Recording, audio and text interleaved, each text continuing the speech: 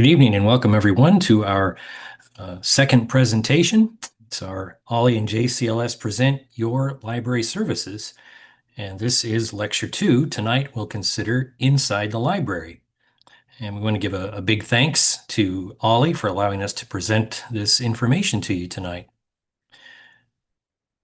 Tonight, our head of library services at the Ashland Branch Library, Ellie Anderson, will describe the many services that are available inside each of the library's 15 branches that serve Jackson County. So probably there'll be some things that are familiar to you and hopefully some things that are new that you'll learn. To start with, we'll present our land acknowledgement. Jackson County Library Services acknowledges that its libraries are located within the traditional lands of the Cow Creek Band of Umpqua Tribe of Indians and the Modoc Nation, as well as the Shasta, Takelma, and Latgawa people, whose descendants are now identified as members of the Confederated Tribes of Siletz Indians and the Confederated Tribes of Grand Ronde. We take this moment to recognize the indigenous people whose traditional lands are where residents of Jackson County live today. JCLS is committed to fostering understanding, respect, and honor for Indigenous people, and we encourage you to learn more about the land you reside on. So to start, we'll get started with Ellie, and she'll be presenting for us inside the library. Hello, welcome. Yes, I'm Ellie Anderson. I am head of adult services here at the Ashland branch of Jackson County Libraries. And I have been in that role since fall of 2020, but I have worked in adult services, teen services, children's services, public-facing roles, supervisory roles, in a variety of library settings since 2006. JCLS is a great library. We've done a lot of really innovative, interesting things and strive to be really truly connected to our communities that we serve. So I'm very pleased to be here and happy to have the opportunity to share with you some of the good stuff that we have for you and for our whole community. All right, now is my moment to share my screen. Oh, and I don't know if Eric mentioned this, I think he didn't. As we go through the presentation, because it's a webinar, I can't see you, we don't have the chat enabled, but as you come across questions over the course of the presentation, please put them in the Q&A that's down at the bottom of the screen, I think, with a little question mark.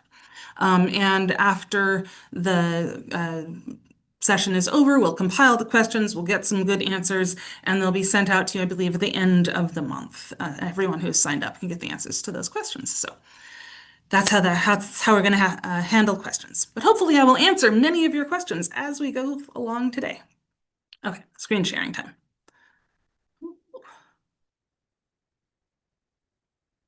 There we go. Jackson County Library Services. And that's me, head of adult services. You can swing by Ashland Library and come upstairs and you can find me there. Okay.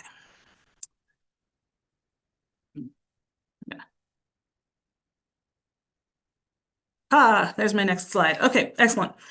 So today we're going to talk about library services that are available inside our library branches. Next week, I believe you're going to get more of an opportunity to hear about how we take library services outside the library to people who can't make it to the library or to encounter new people who don't already know about our library and all that it has to offer.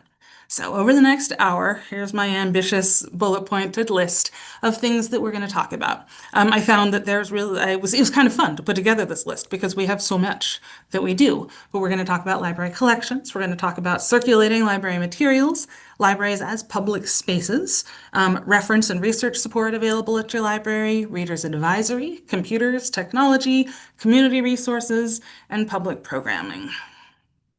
So here we go. Oh, but before we get into that, I wanted you to have an image in your head of the range of just the geographic range that we cover. This is a map of all of our library branches here in Jackson County. And of course, we cover the places that aren't at the branches as well, all the way down to the California border, all the way north, south, east, and west. All of Jackson County falls under our purview. But we do, yeah, all along the I-5 corridor, all the way up to Prospect, all the way out to Applegate. We try hard to be part of each community and connected to the schools and the everything else that's going on in those communities. Ha. Okay, library collections. Of course, we have the physical materials that you think of when you think of the library. We have books, we have DVDs, CDs, magazines, all of those things. We also have board games and video games that circulate now, jigsaw puzzles, newspapers, and the Library of Things, which a lot of folks get pretty excited about. That's everything from kitchen tools to party games and lawn games to camping equipment, lots of different kinds of gear, things like induction cooktop burners, since you might want to try that, but you might not want to invest in a whole system before you've given it a try. A lot of Library of Things items are very popular and can be used and checked out with a library card just like anything else. Of course, we also have electronic materials, ebooks, lots of electronic resources for people to enjoy. I like to mention that we have got a subscription to the Great Courses via our ebook collection. That's something that a lot of folks are really excited about. And of course, our subscription databases, which we'll talk about a little bit more in terms of our the research projects that folks come to us for help with. There's a list here of different platforms that may be familiar to you if you've used any of our electronic collections. Libby, Hoopla, and Canopy are all platforms that can be used for ebooks and audiobooks. Canopy's mostly movies. Tumble Books is one that's for children's books. It's a great resource for getting children engaged with stories. They're a little bit like the old Reading Rainbow animated storybooks. That's a fun one for little ones. We have research databases and lots of book advice databases. Okay, so who can get a library card? Anybody? Yeah, they're free. Anyone who lives in Jackson County, all you need is an address. And even if you don't have an address, you can get a card that will they'll get you computer access. As long as you're a Jackson County resident, you are part of our community and part of our service population. And what can you do with the library card? You can borrow the physical or electronic materials in the collection. You can move things from one branch to another. You can request interlibrary loans if our collection, we only have so much space and budget. So we focus our collection purchases on things that we know are going to be mostly popular materials, things that are going to be high interest to our population. If you have a book that you would really love to get your hands on, but maybe it's a little bit older, it might be out of print, it might be something that's more of a specialized interest, maybe more academic. That's the sort of thing that we can hopefully get for you using interlibrary loan, which extends our reach throughout Oregon, Washington, and Idaho, to academic libraries and public libraries, special libraries, and hopefully we can find what you need and bring it here to you, and you can borrow it with your library card from your library branch. Of course, you can also log on to our public computers and reserve meeting rooms at our branches. Almost all of our library branches have meeting rooms that anybody with a full-service library card can use up to 5 times a month. So if you have a club or a group that wants to get together and I don't know, and anything, we've got HOAs that meet, Boy Scout troops meet, there's a gaming groups meet. That's a public space, it's free. We love the variety of things that take place in our library meeting rooms. Circulation of library materials. Now, circulation is kind of a beautiful metaphor because it is the word that we use in libraries for the things coming out of the library and coming back into the library. It goes round and round. People check things out, people adore them or not, and they bring them back and they go back on the shelf for someone else to use. And it is like the beating heart of the library, truly. This numbered list here is probably fairly familiar to you if you've ever borrowed something from your library. Round and round it goes. And it requires a attentive, complicated, high touch, uh, it's a high touch process, a lot of complicated pieces that take a lot of close attention in order to work. Behind the scenes, let's see. Library staff, every item that gets checked into a library, it gets scanned, it gets sorted, maybe it goes back on the shelf, maybe it generates a slip for the next person who's waiting in line for it, maybe it has to go back to a different branch, maybe it has to go into our central offices to get repaired or reviewed for some reason. It's all, every single step along the way, each item gets handled by library staff and they keep it moving so that you have the books waiting for you on the shelf when you're ready to look for them. There's also, I do want to make sure I have a shout out to our courier staff, which is a group of people that not everybody even knows exists. But remember back at the beginning where there was that map of all the 15 branches all around Jackson County? Early in the morning, before the rest of us come to work, our library couriers load up their vans full of books and movies and magazines and all those marvelous things and drive them off to all those branches all over the county where people will take the bin deliveries. They'll deliver bins, then when the library staff comes in, they sort through those bins and get the books ready for people to borrow. It's a complicated system, and it is all there to move smoothly and make sure that you have the books and movies and etc. that you're looking for. I have never actually, the circulation is the one part of libraries that I haven't really worked in, and I have nothing but respect for the hard, detailed work that those folks do. Okay. Now I want to talk for a minute about libraries as public spaces. I think that it's important to think about all the value of a comfortable, open public space where everyone is welcome. The library, there are few of those. When you come to the library, you don't have to do, you're not have to, don't take, have to take care of any kind of business. You don't have to pay money. You are welcome. Just come in the library and be. Library is a great place to do all of the things on this list, whether it's productive or just sit and relax and look out the window at the beautiful view, or make some art, or spend some time with friends. Part of the importance of a public space is that everyone in the community belongs there. Of course, we have behavior standards. When I tell children about this, I think I break it down pretty simply that a public library belongs to everyone. It is everybody's library, and everybody can use the library so long as the people who are using the library are acting in a way that is sharing. And I think that's a really important concept. Public libraries are about sharing. Um, we, if someone is behaving in a way which is disruptive or makes it hard for other people to share the space, then we'll ask that person to take a break from the library for a while. There's a lot of nuance to that, but that's basically what it comes down to. Everyone is welcome, so long as they can share the library with others. Take good care of the space, take good care of each other. Which is kind of an elementary school way to talk about it, but I think it applies to adults as well.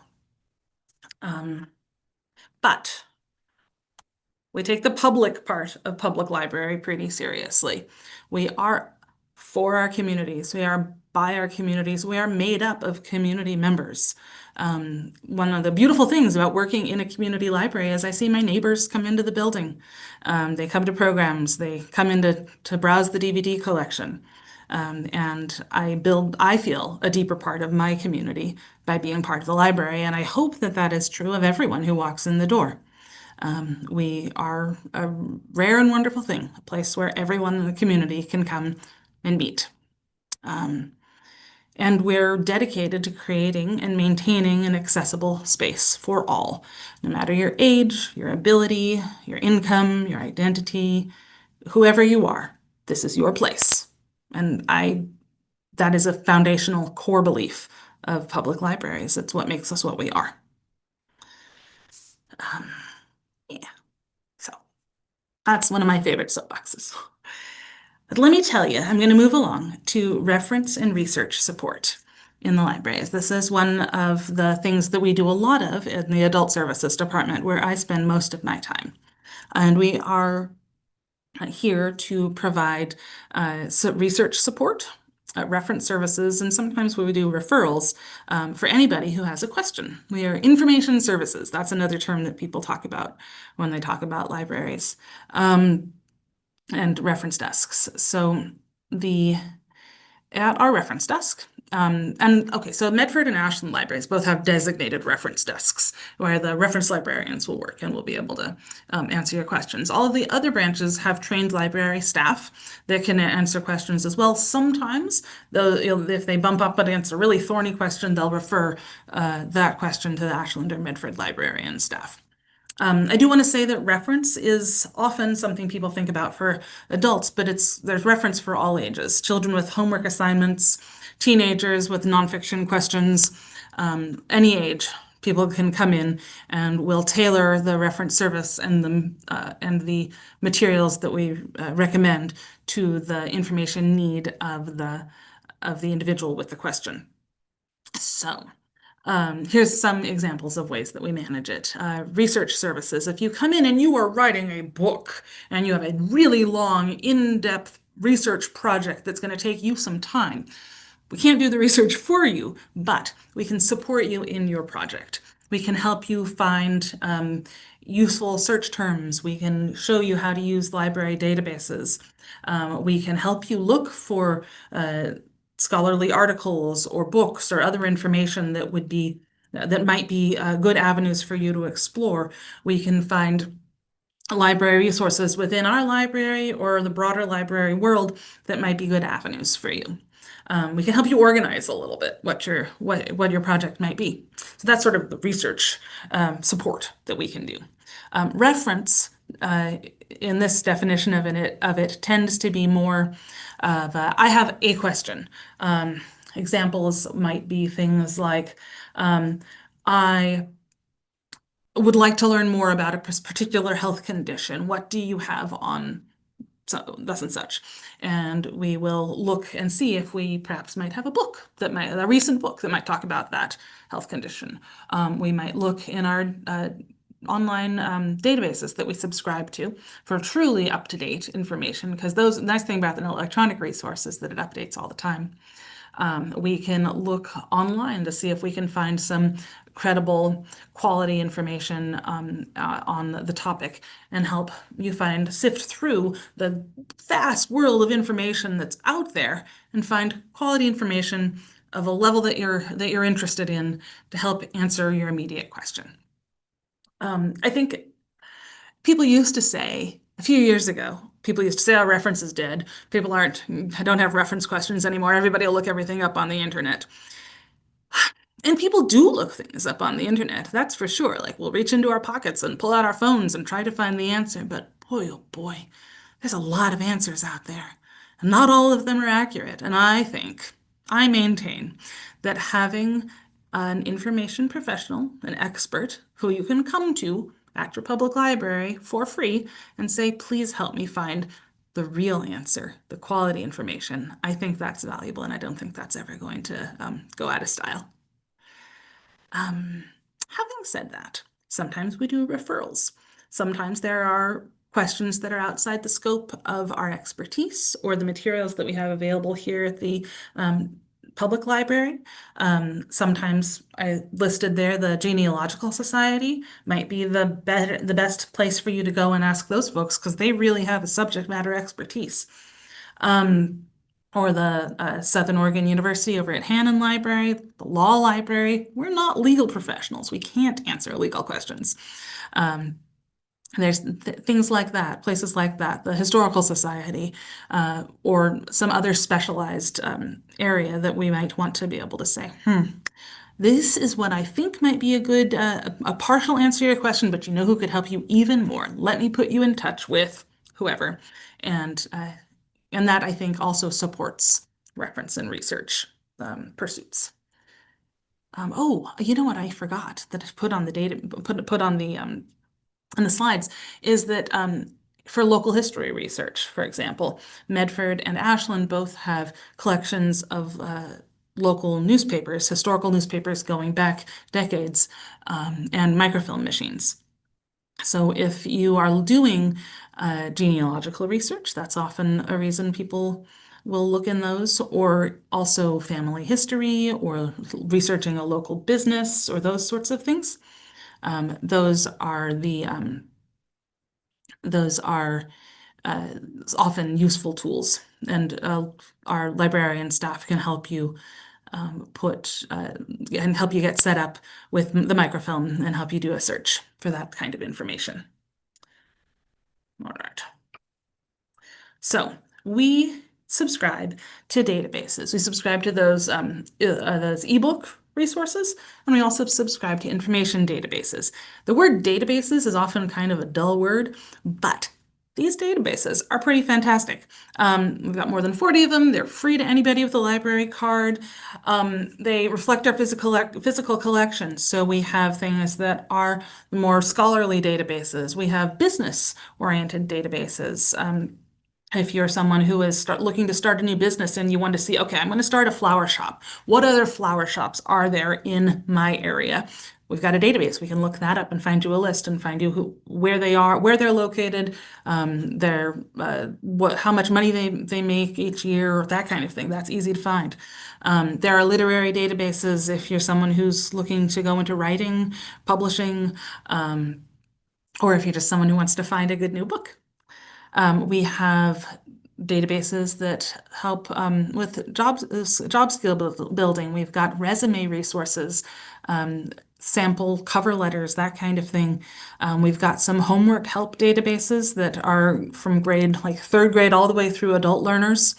Language learning databases, both for English speakers looking to learn another language. We also have English language learning resources for folks who are trying to build their English language skills. We have resources for people who are working on their GED or their citizenship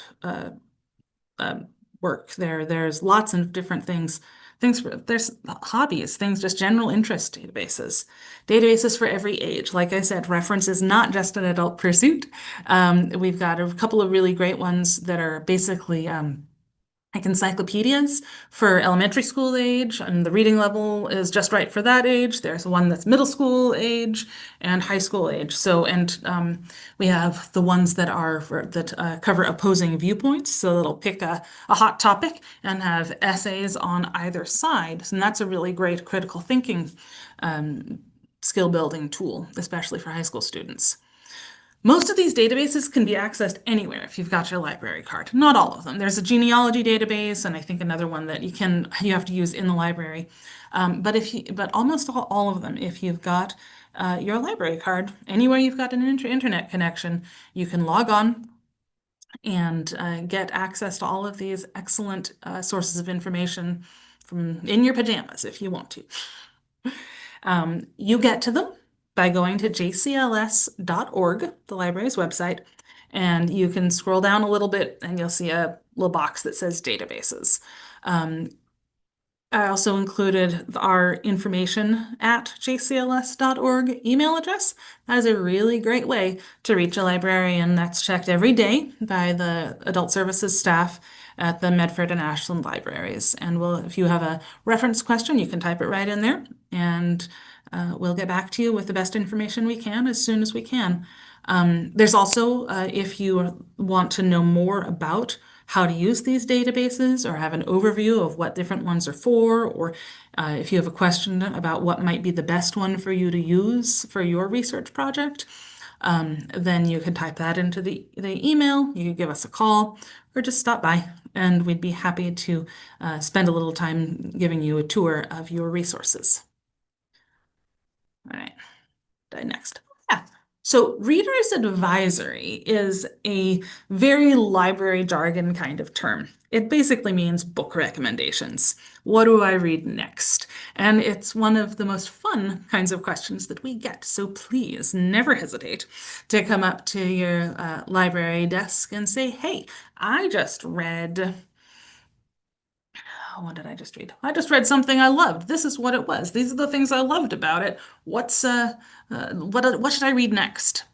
Because you'll probably get yourself a very excited librarian who wants to get into a conversation about some books that they think might meet your need.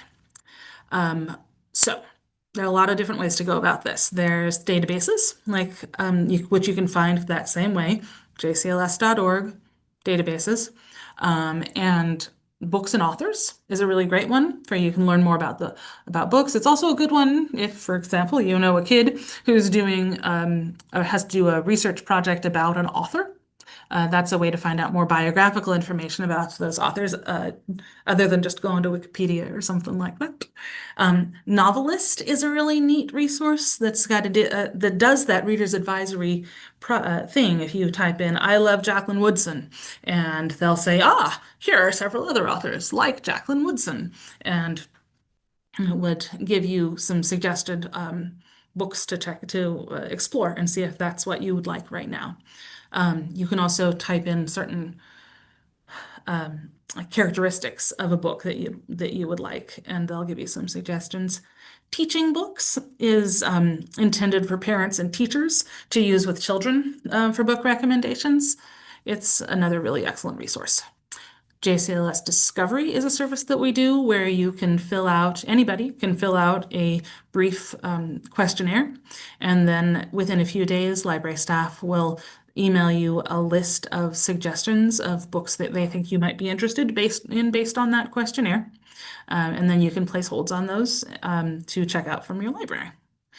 On our JCLS catalog, we have lists of staff picks that get put together several times a month. I'm like, hey, it's gonna be October. It's spooky season. Which spooky stories do you like the best? Or those sorts of things, just topical things, different times of year. What's the best book you read this year? We had our staff will answer that question, and then they'll populate a list, and that's a lot of fun, actually. I think to browse through because the library is, of course, staffed full of people who love books, love to read, and love to tell people about what their favorite books are. And of course, there's also curated displays in every branch. If you walk around the library and you see those books faced out, and often themed around a particular topic or time of the year or what have you, those are books that are recommended by library staff. And of course, personal assistants. You can always walk up to the staff and ask for suggestions, and that's, of course, available in every branch. All right, so I just ran through all of that, and let me give you a shortcut. If you're looking for reading suggestions, if you go to our book advice page, you'll be able to have a recap of all those different tools that I just mentioned. Again, you go to jcls.org. There's a little drop down, like that's across the top, there's a bunch of different options. And one of them is called Books and More. And you click on that drop down, and there's a bunch of options, and book advice will take you to a page where you can link to that JCLS Discovery questionnaire. You can access those databases. You can link to the catalog, and there's actually some external websites of really good book recommendations as well. So that's a nice place to visit if you're wondering what to read next, or if you feel like you're stuck in a rut or anything like that. Okay, so computers and technology. So bouncing from books to computers. They're a really important part of what we offer our community. Every branch has public computers that anybody can get on, internet access on those computers or via Wi-Fi if you bring your own machine into the library. All of our computers have standard programs, Word, Excel, PowerPoint, that kind of thing. You can print from the library's computers, or you can print wirelessly from a laptop or a mobile device. We've got photocopiers, we've got scanning and faxing stations, and we have staff that can answer your tech questions. Every library has staff who can get you started and answer simple questions. We also have a whole department called technology education, where you can make an appointment to spend one-on-one time for up to an hour getting a lesson in technology, and whether that's wanting to learn how to do something on your phone or working on your own computer or wanting to learn more about the library's offerings. That staff is excellent, knowledgeable, patient, and accessible at every branch with an appointment. They're not, no, they're not there all there all the time. So check first. And if you would like to make that contact, just talk to your local library and we can get you in touch. So with those different things that we offer, I wanted to give you examples of common library technology uses. Many people come into print. I think at this point it's safe to say that most people do not have a home printer. Some folks do, absolutely. But many people, if they only print occasionally, they're not investing in or replacing their old printer. A lot of those folks will just stop by the library and print up something that they need once in a while, a resume, that kind of thing. A lot of folks use library computers to apply for jobs or benefits. There's a lot of forms that you have to get the PDF, download it, print it, fill it out, scan it, email it. It's all of those different things, different steps along the way, and you can do them all here at the library. People file for unemployment through the library. Often that requires faxing the unemployment update in to the office, and that's something that we can help people do with our scanner to our fax machine.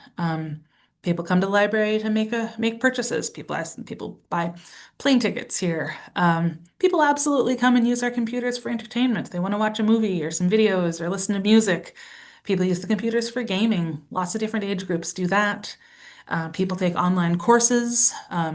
Sometimes people need to re-up their certification in something, and they'll come to the library and do it because maybe all they have for a screen to access the internet otherwise might be a small screen, and they really want to do it on a larger size screen. People come here to check their email and photocopies, scanning, faxing. If you're somebody who at home has a computer, has a printer, has all of that tech stuff, has internet access set up, ready to go, available to you all of the time, it is easy to take it for granted and assume that other people also have those resources at the touch of their fingertips. Many people do not. Working in the adult services department, there are many people from every walk of life who don't have those things set up at their home, whether it's because of economic reasons, whether it's because of choices of what they want to have at their home, those different things. The digital divide is a real thing. And we help fill that gap. And it might be because people have had the sort of job that doesn't require using a computer. And now all of a sudden they have to fill out a form and they're not really certain and not very confident of their computer skills. We can help them do that. A lot of job applications are online only now, even if the job doesn't have anything to do with a computer. And so folks will come to the library to work really hard to fill out those job applications to make the next big step in their lives. And we are so glad that we are here and available to anybody to come in and take and do those important things. And I would argue that entertainment and recreation is also important because everybody deserves to have fun too. All right. So speaking of people applying for benefits and people applying for doing things that are trying to sort of get a leg up in life, I want to talk about our community resources department as well. Over the years, libraries have more and more filled in where social safety net starts to break apart a little bit. People come to the library because they need to take care of some business on the computer or they need information. And we've always been about sharing information. And so many libraries across the country have noticed an uptick in information needs related to basic necessities and social services. And the reality is that your average reference librarian wants to help, but might not have that expertise. So, like other libraries, Jackson County Libraries had created a community resources department. We have a staff, a social worker on staff who oversees a group of people who are our community resource specialists. And Medford and Ashland libraries have someone every day who's here in the library to help with this sort of thing. Other branches have them on a rotating schedule and have people can go out on call if need be as well. And one of our resource specialists told me the other day that he thinks of what they do as a combination of resource referrals and supply distribution. So our community resource folks will help with those kinds of referrals that help a lot of people with like housing issues, applications for, because there's a lot of hoops to jump through applying for benefits. We make sure that we've got information about local community meals, opportunities for showers and laundry if you're someone who doesn't have a house to live in, assistance filing for SNAP, other benefits. There's programs out there that sometimes people need information on, need to know how to call. They might need help making the phone call, and we can help people along the way. We're not, nobody, the library doesn't have caseworkers. We're not able to move people to work that closely with folks.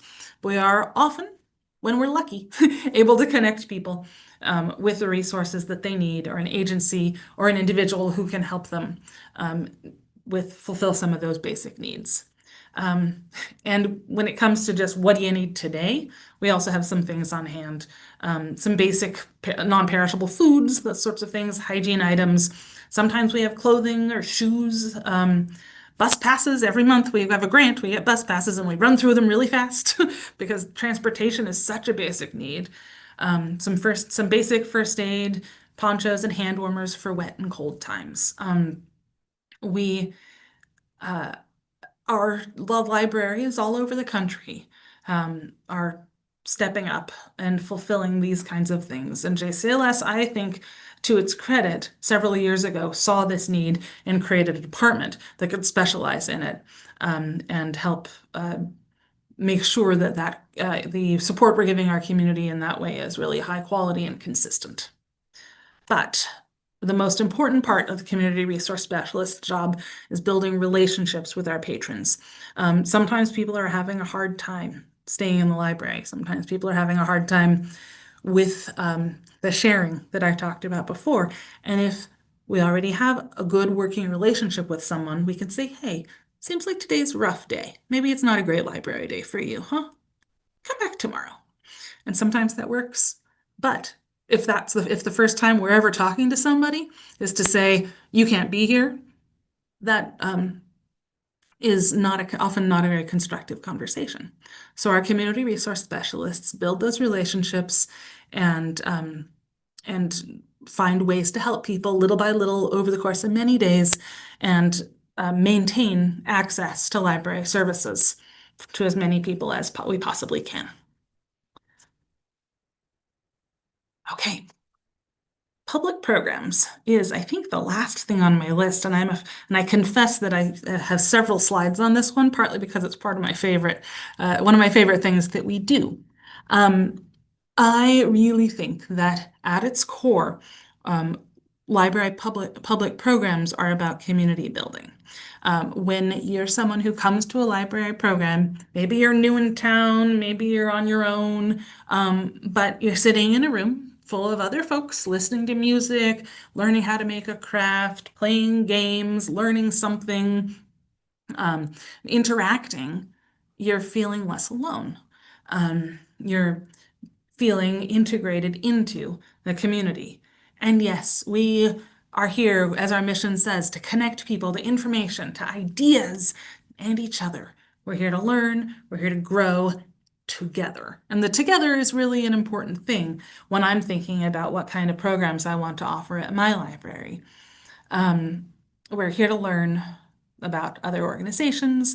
We're here to learn from each other.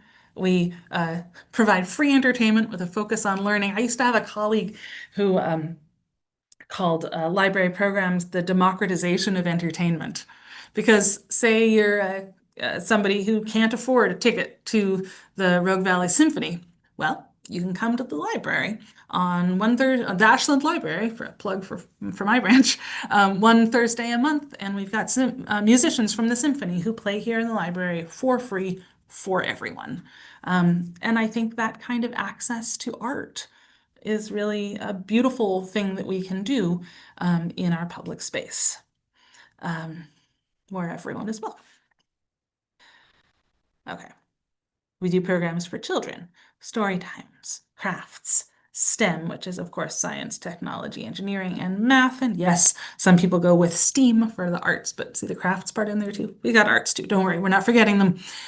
We have performers here at the library sometimes. We have take and makes where there's kits that people can take home and make things at home, or you can pick up for somebody who can't make it to the library and take the library home to somebody. Stay and play is a really nice thing for kids and families. If you've ever been a parent of a small child or a caregiver for a very small child, it can be an isolating experience. Our libraries create spaces where families, caregivers, children can come together and connect. There we are again with the connection. And of course, like Fred Rogers said, the work of childhood is play. Children learn through play by experimenting with multisensory play, and we create environments for that kind of learning. Literacy programs for children and teens at the library, story times and summer reading, which I'll talk about more in a minute. There's 1,000 books before kindergarten, which is a challenge that anybody with a child who's under kindergarten age can sign up for. And keep track of the number of books that you read together. And there's prizes along the way, and it's an achievement, and it's celebrated at each of our branches. And that's to encourage reading with children at home, which is hugely impactful on their early literacy skills and their school readiness. The Dolly Parton Imagination Library is a collaboration between Jackson County Libraries and the Rotary Club, where Dolly Parton, the philanthropist, will send her foundation sends a book to every month to any child under 5 who signs up for this. And that is a way to fill a home with books, which again has a strong impact on child success in school, learning to read, all that stuff. And then there's the unofficial Battle of the Books, which is our version of the OBOB, the Oregon Battle of the Books, which is a big deal in the elementary, middle, and high schools, where there are high quality books are selected each year for different age groups, and kids are encouraged to read as many of them as they can. And at OBOB, the official one through the schools, they have contests and answer questions about them. UBOB is the library's answer to just get excited about reading these books. There's not the competition element of it, but there's a lot of fun to be had. And that is just this year's UBOB is just starting up. So if you've got someone in your life in elementary, middle, or high school, I encourage you to swing by the library and find out more about that particular program. Okay, I'm gonna tell you a little bit about story times and why they're important. Story times are fun. Absolutely, they are fun. There's singing and playing and stories and cute kids. But embedded in every story time, there are examples of 5 early literacy practices: reading, writing, talking, singing, and playing, that are important for that early learning, and that our library staff are modeling for the parents or other adults who are there with the kids can take home and read, write, talk, sing, and play with the children in their lives to build early literacy skills. As you can see, we've got a nice assortment of story times targeted at very specific age groups based on the child development at different levels. And these are free, like all of our programs. They are open to everybody, and they are a blast. And they are really extremely cute, as well as good for the kids and good for the families who come together and connect. And we do have online story times as well for videos and things like that. Summer reading happens every summer. When kids don't read over the summer, in those like 2.5, 3 months between the end of the school year and the start of the new, they lose their skills, especially when they're learning to read. But even after, like any habit, the more you do it, the better you are at it. And so when they're that's this the summer slide is the term that people talk about. If they don't read, their skills slide back, and they really are like they can lose up to 2 months of the progress they made over the course of the school year if they don't read over the summer. But if you build a bridge of books by reading over the summer as a kid or with your kid, then they will be ready to go when school starts again in the fall. That's the point of summer reading, to incentivize reading over the summer, keep kids coming back into the library, earning points, earning prizes, doing fun, engaging activities, and maybe winning a grand prize. Summer reading is for all ages. Most of all, it is really focused at young readers to support their school success. And we just wrapped up summer reading. So talk to us again about it in May when we're gearing up for it again. But it's all over the country. Summer reading is important. And libraries have every public library has a summer reading program. It's a core service. Teenagers. Our teen advice, we've got a lot of different kinds of programs for teens. Lots of different creative programs and connection opportunities for connection.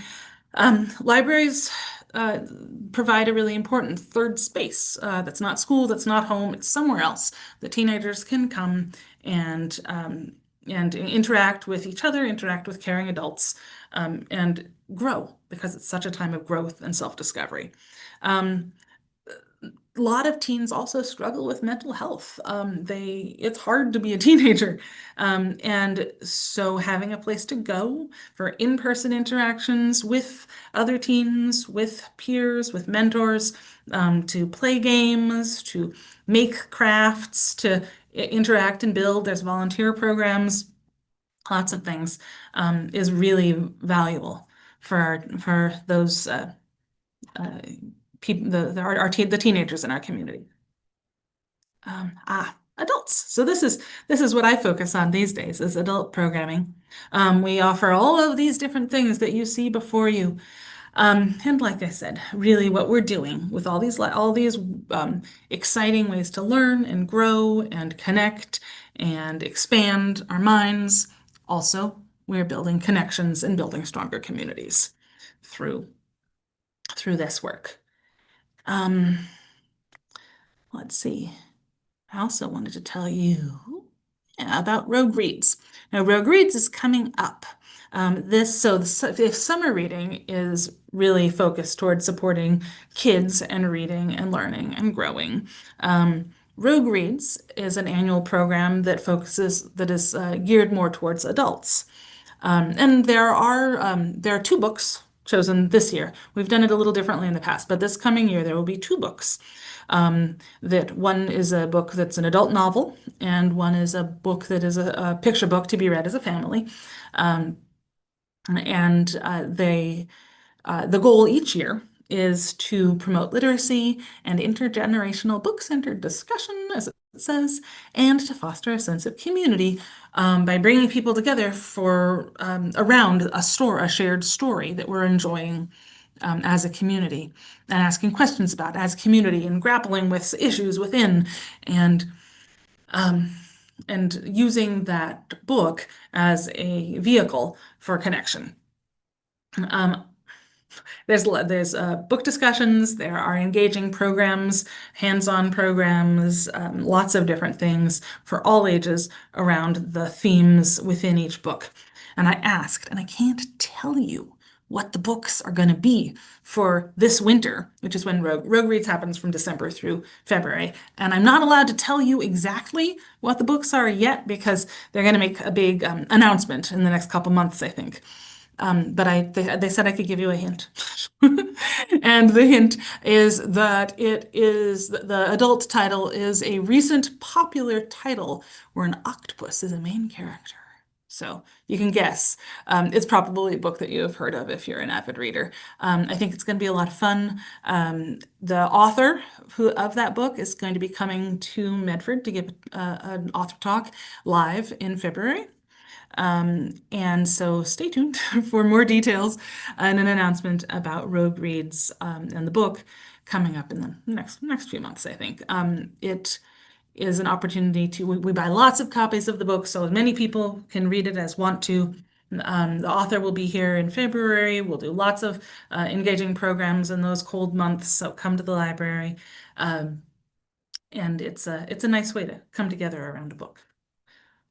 Okay, so that's basically the bottom line for me is that there is something for everyone at the library.